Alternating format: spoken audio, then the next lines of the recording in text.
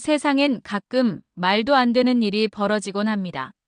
평균 월급이 15만 원에 불과한 작은 나라에서 한 젊은 여성이 낯선 언어, 한국어를 붙잡기 시작했습니다. 처음엔 아무도 주목하지 않았지만 그 선택은 그녀의 인생을 완전히 뒤바꿔 놓았습니다.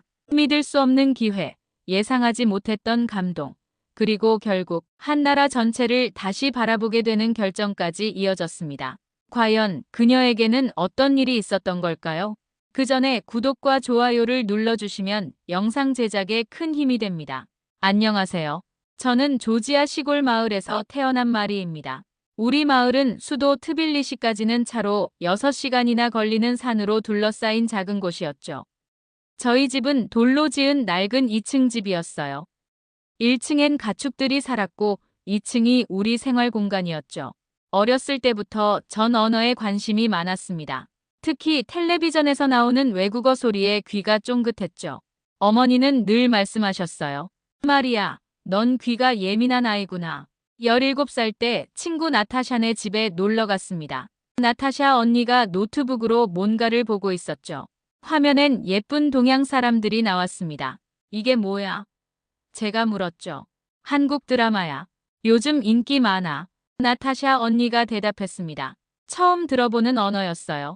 러시아어도 영어도 조지아어도 아니었죠. 그런데 이상하게 끌렸습니다. 집에 돌아와서도 그 소리가 계속 귓가에 맴돌았어요. 그날부터 저는 인터넷으로 한국 드라마를 찾기 시작했습니다. 부모님이 주무실 때 거실에 나와 컴퓨터를 켰죠. 소리를 최대한 줄이고 자막과 함께 봤습니다. 처음엔 러시아어 자막으로 봤어요. 그러다 영어 자막으로 바꿨죠. 나중엔 한국어를 따라하기 시작했습니다. 안녕하세요. 감사합니다. 사랑해요. 거울을 보며 입모양을 연습했죠. 한글이 어떻게 생겼는지도 몰랐지만 소리부터 익혔습니다. 어머니가 제 방에서 이상한 소리를 들으신 날이었어요. 마리아, 뭐 하는 거니? 문이 벌컥 열렸습니다. 저는 급하게 입을 다물었죠. 아무것도 아니에요. 또 그 이상한 소리 내고 있었지? 도대체 그게 뭔데 그러니? 어머니 표정이 심상치 않았습니다.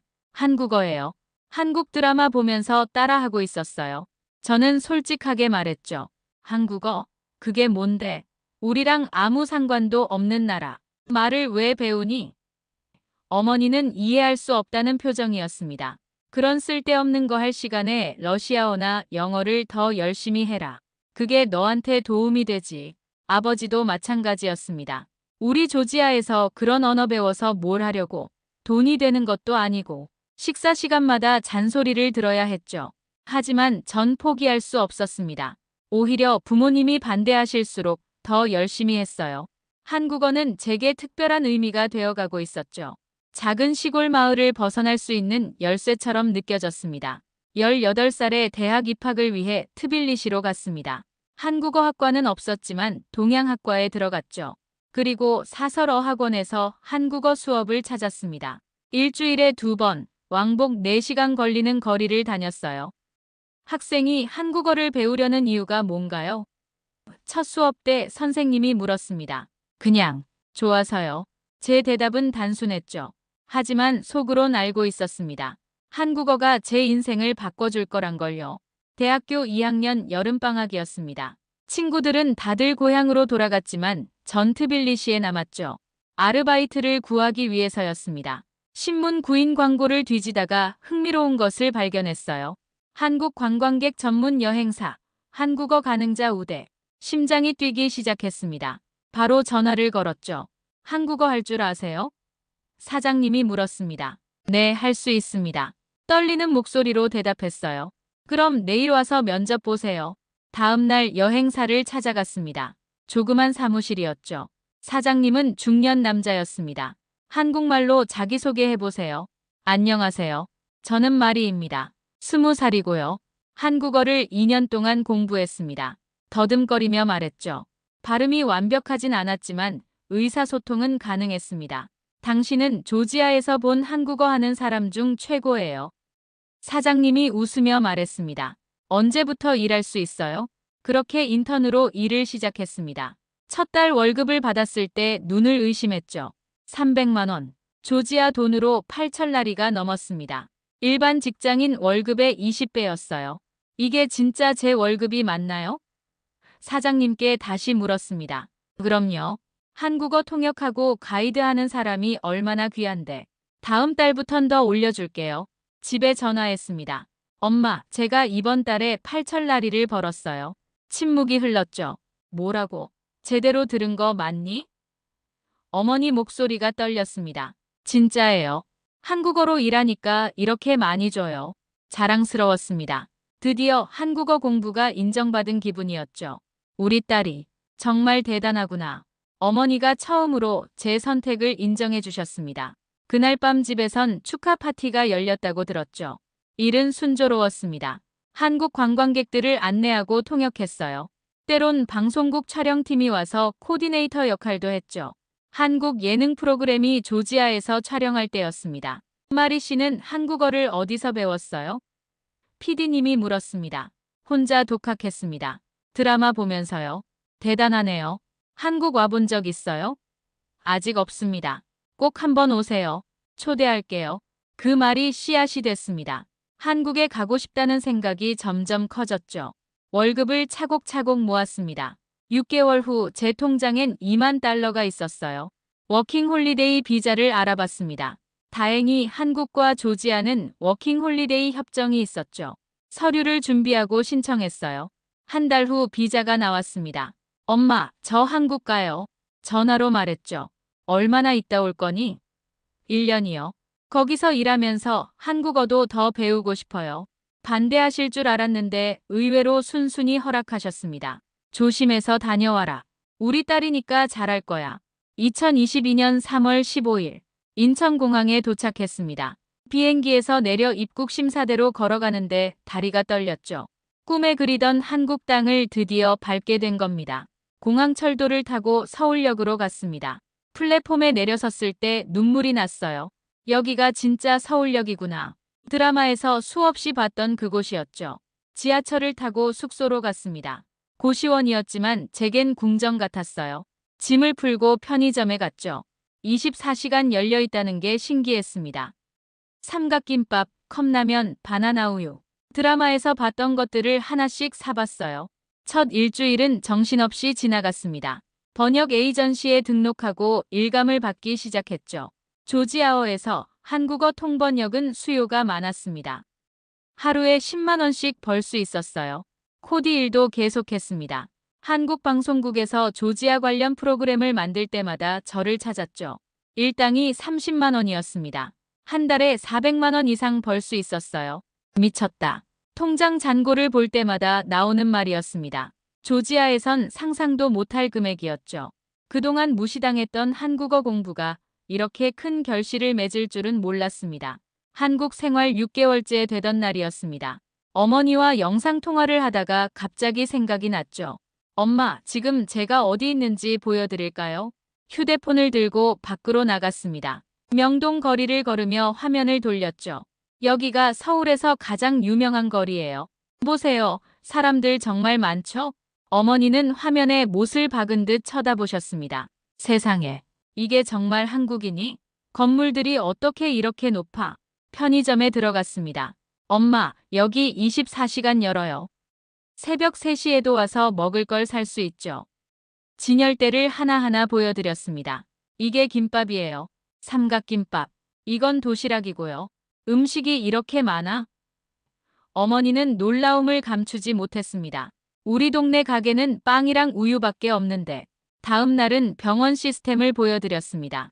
어제 감기 기운이 있어서 병원에 다녀왔어요. 앱으로 예약하고 10분 만에 진료받죠. 휴대폰 화면을 보여드렸습니다. 믿을 수가 없구나. 어머니가 한숨을 쉬셨습니다. 우리는 병원 가려면 아침부터 줄 서서 하루 종일 기다리는데 지하철역으로 갔습니다. 5분마다 지하철이 와요. 시간표가 정확해서 1분도 안 늦죠. 스크린도어가 열리고 사람들이 질서정연하게 타고 내리는 모습을 보여드렸습니다.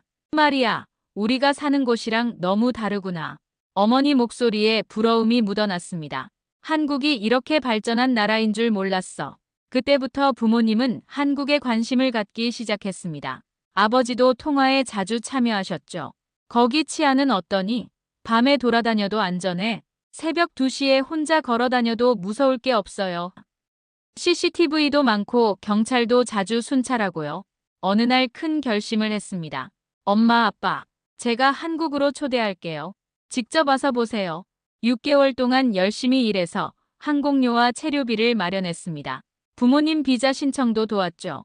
조지아 여권으로는 한국에 무비자로 30일 체류가 가능했습니다. 2023년 10월 5일 인천공항 입국장에서 부모님을 기다렸습니다. 게이트가 열리고 어머니가 먼저 나오셨죠. 마리아. 어머니를 꼭 안았습니다. 1년 만에 재회였어요. 여기가 정말 한국 공항이구나. 아버지가 천장을 올려다보며 말씀하셨습니다. 텔레비전에서나 보던 곳인데 공항 철도를 타고 서울로 향했습니다. 차창밖 풍경에 부모님은 연신 감탄하셨죠. 길이 어떻게 이렇게 깨끗하니? 차들이 줄을 정확하게 맞춰서 가네. 서울역에 도착했습니다. 우와! 아버지가 입을 벌린 채 서 계셨습니다. 역사 내부의 거대한 공간과 수많은 상점들이 충격적이었나 봅니다. 숙소는 제가 머물던 고시원 근처 게스트하우스였습니다. 짐을 풀고 편의점으로 갔죠. 뭐든 골라보세요. 부모님은 마치 박물관에 온 것처럼 구경하셨습니다. 어머니는 김밥 코너에서 떠나질 못했습니다. 이게 다 바로 먹을 수 있는 거야? 참치김밥, 전주비빔 김밥, 참치마요 김밥. 하나씩 집어들고 살펴보셨죠. 계산대에서 또 한 번 놀라셨습니다. 카드만 대면 돼요? 간편결제 시스템이 신기하셨나 봅니다. 현금 안 써도 되는구나. 저녁엔 근처 식당에 갔습니다. 김치찌개와 불고기를 주문했죠. 이게 그 유명한 김치구나. 어머니가 조심스럽게 한 젓가락 드셨습니다. 맵긴 한데 맛있네. 식사 후 한강으로 산책을 갔습니다. 야경을 보신 부모님은 말을 잃었죠. 이게 강이야? 바다 같은데. 반포대교 무지개 분수가 시작됐습니다. 세상에. 다음 날 가장 감탄하신 건 의료 시스템이었습니다. 부모님 건강검진을 예약했거든요. 2시간 만에 다 끝나요? 아버지가 믿을 수 없다는 표정이었습니다. 오후에 결과까지 받아보신 어머니가 말씀하셨습니다. 조지아에선 이런 검사 하나 받으려면 몇 달을 기다려야 하는데 의사 선생님의 친절한 설명도 인상 깊으셨나 봅니다.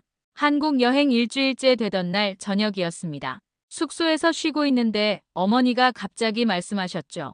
마리아, 우리가 이런 나라에 살 수 있으면 얼마나 좋을까? 순간 가슴이 뛰었습니다.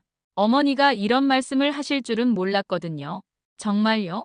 한국에 살고 싶으세요? 병원도 좋고 교통도 편하고 안전하고. 어머니는 손가락을 꼽으며 말씀하셨습니다. 무엇보다 내가 여기 있잖니. 아버지도 고개를 끄덕이셨습니다. 나도 그렇게 생각해.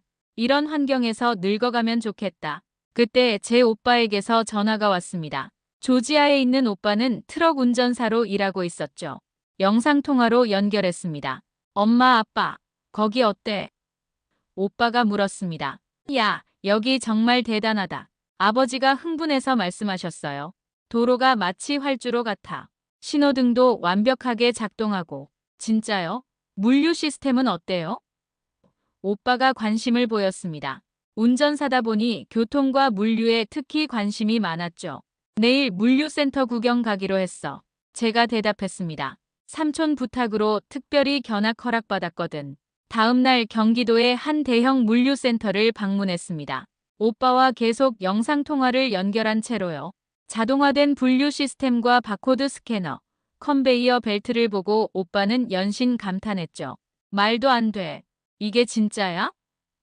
오빠의 목소리가 떨렸습니다. 조지아에선 아직도 손으로 다 분류하는데 여기서는 트럭 운전사들도 태블릿으로 일정 관리하고 GPS로 최적 경로를 찾아요.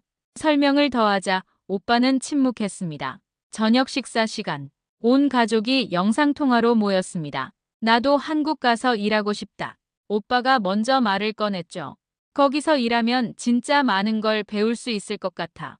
우리 다 같이 갈 수 있으면 좋겠는데. 어머니가 한숨을 쉬셨습니다. 하지만 어떻게 가능하겠니?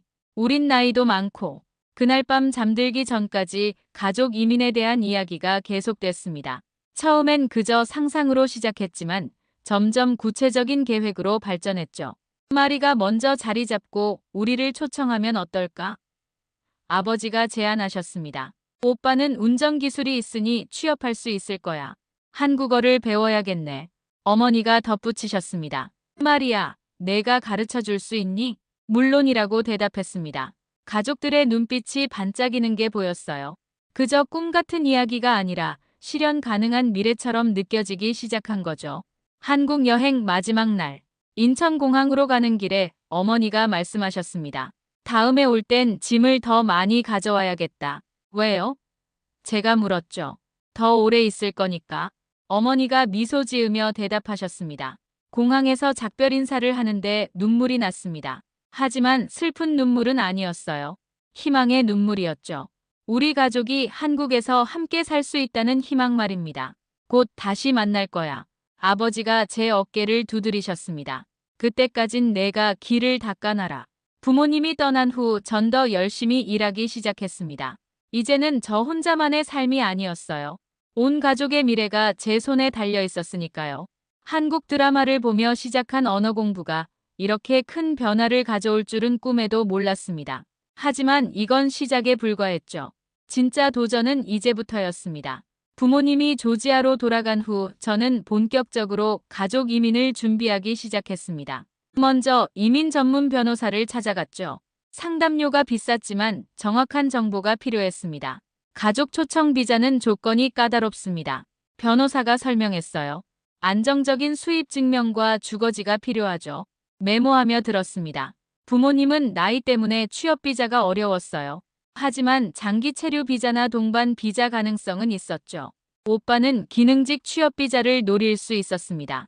트럭 운전 경력이 있다면 가능하겠네요. 한국어 능력 시험 점수가 필요합니다. 희망이 보이기 시작했어요. 집으로 돌아와 가족 회의를 했습니다. 영상통화로 모두 연결했죠. 자, 이제부터 우리 가족 모두 한국어 공부를 시작합니다. 제가 선언했어요. 어떻게 시작하면 될까? 오빠가 물었습니다. 일단 한글부터 배워야죠. 매일 저녁 8시에 화상 수업할게요. 시간표를 짰습니다. 주 5일, 하루 2시간씩 가족 한국어 수업을 하기로 했죠.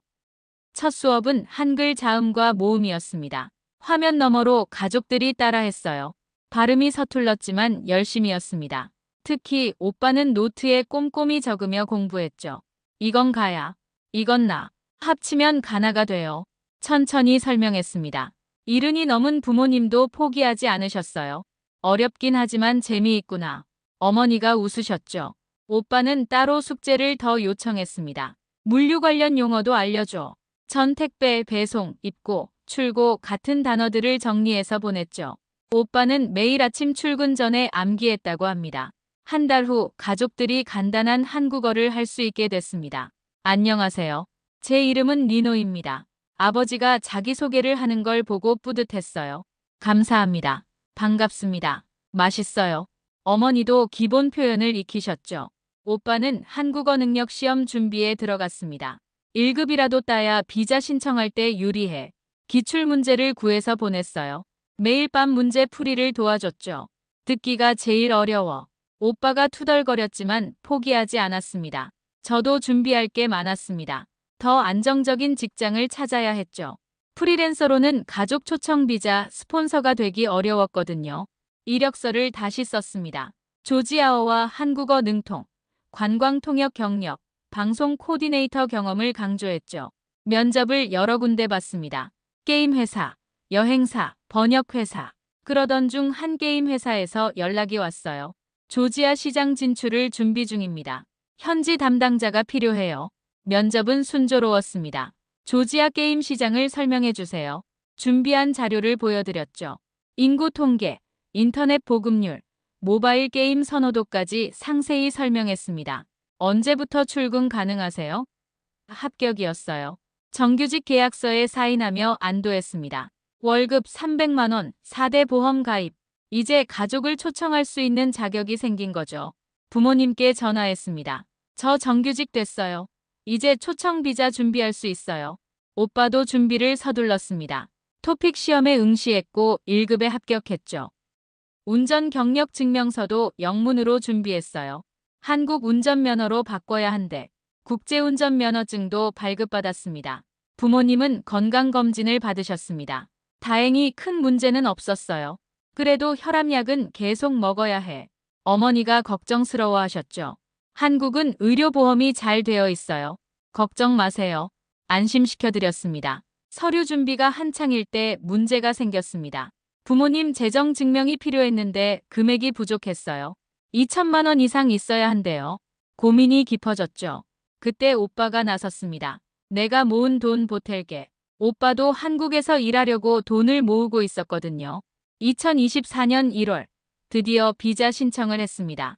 오빠 것부터 넣었죠. 서류는 완벽했다고 생각했어요. 그런데 2주 후 청천벽력 같은 소식이 왔습니다. 비자 신청이 반려됐어. 오빠의 목소리가 떨렸어요. 이유를 확인해보니 경력증명서가 문제였습니다. 한국에서 요구하는 양식과 달랐던 거죠. 조지아 정부 발급 서류가 이것밖에 없는데. 오빠가 좌절했습니다. 포기하지 마. 다시 준비하면 돼. 격려했지만 속으론 저도 불안했어요. 영사관에 문의하고 필요한 서류를 다시 확인했죠. 공증과 아포스티유가 필요했습니다. 조지아에서 한국까지 서류가 오가는 데만 한 달이 걸렸어요. 그 사이 또 다른 문제가 생겼습니다. 어머니가 갑자기 쓰러지신 거예요. 괜찮아. 그냥 어지러웠을 뿐이야. 어머니는 대수롭지 않게 여기셨지만 병원 검사 결과는 심각했습니다. 고혈압이 악화됐고 심장에도 무리가 왔다고 했죠. 장기간 여행은 피하시는 게 좋겠습니다. 의사 선생님 말씀에 가족 모두 침묵했어요. 이민 계획에 차질이 생긴 거죠. 치료받으면서 가면 안 될까요? 제가 물었지만 고개를 저으셨습니다. 가족 회의를 다시 했습니다. 엄마가 먼저 치료받고 나중에 오는 건 어때? 오빠가 제안했어요. 하지만 어머니는 반대하셨죠. 가족이 뿔뿔이 흩어지는 건 싫어. 가려면 다 같이 가자. 고민 끝에 새로운 방법을 찾았습니다. 의료 관광 비자였어요.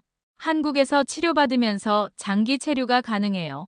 이민 변호사가 알려준 정보였죠.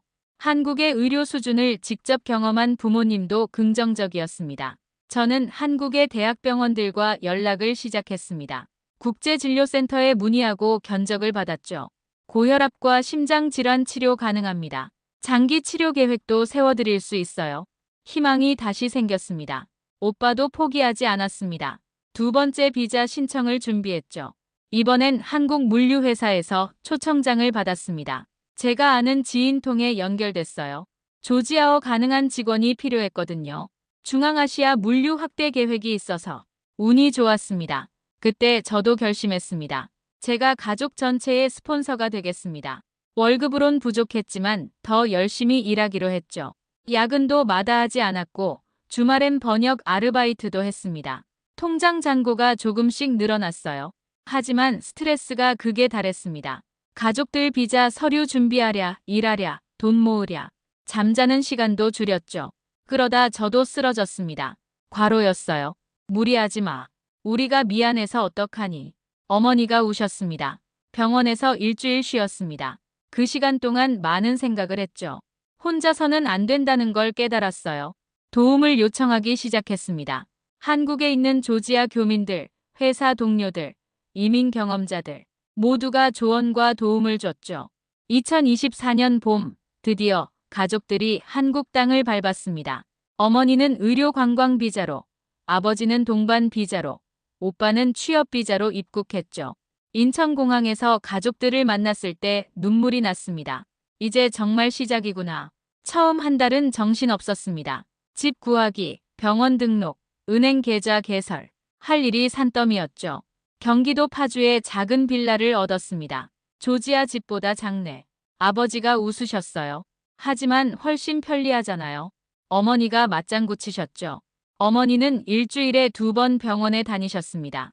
한국 의료보험은 없었지만 치료비가 조지아보다 합리적이었어요. 의사 선생님이 친절하게 설명해 주시는 게 제일 좋아. 치료 경과도 좋았습니다. 혈압이 안정되기 시작했죠. 오빠는 물류회사에 출근했습니다. 첫날 긴장한 모습이 역력했어요.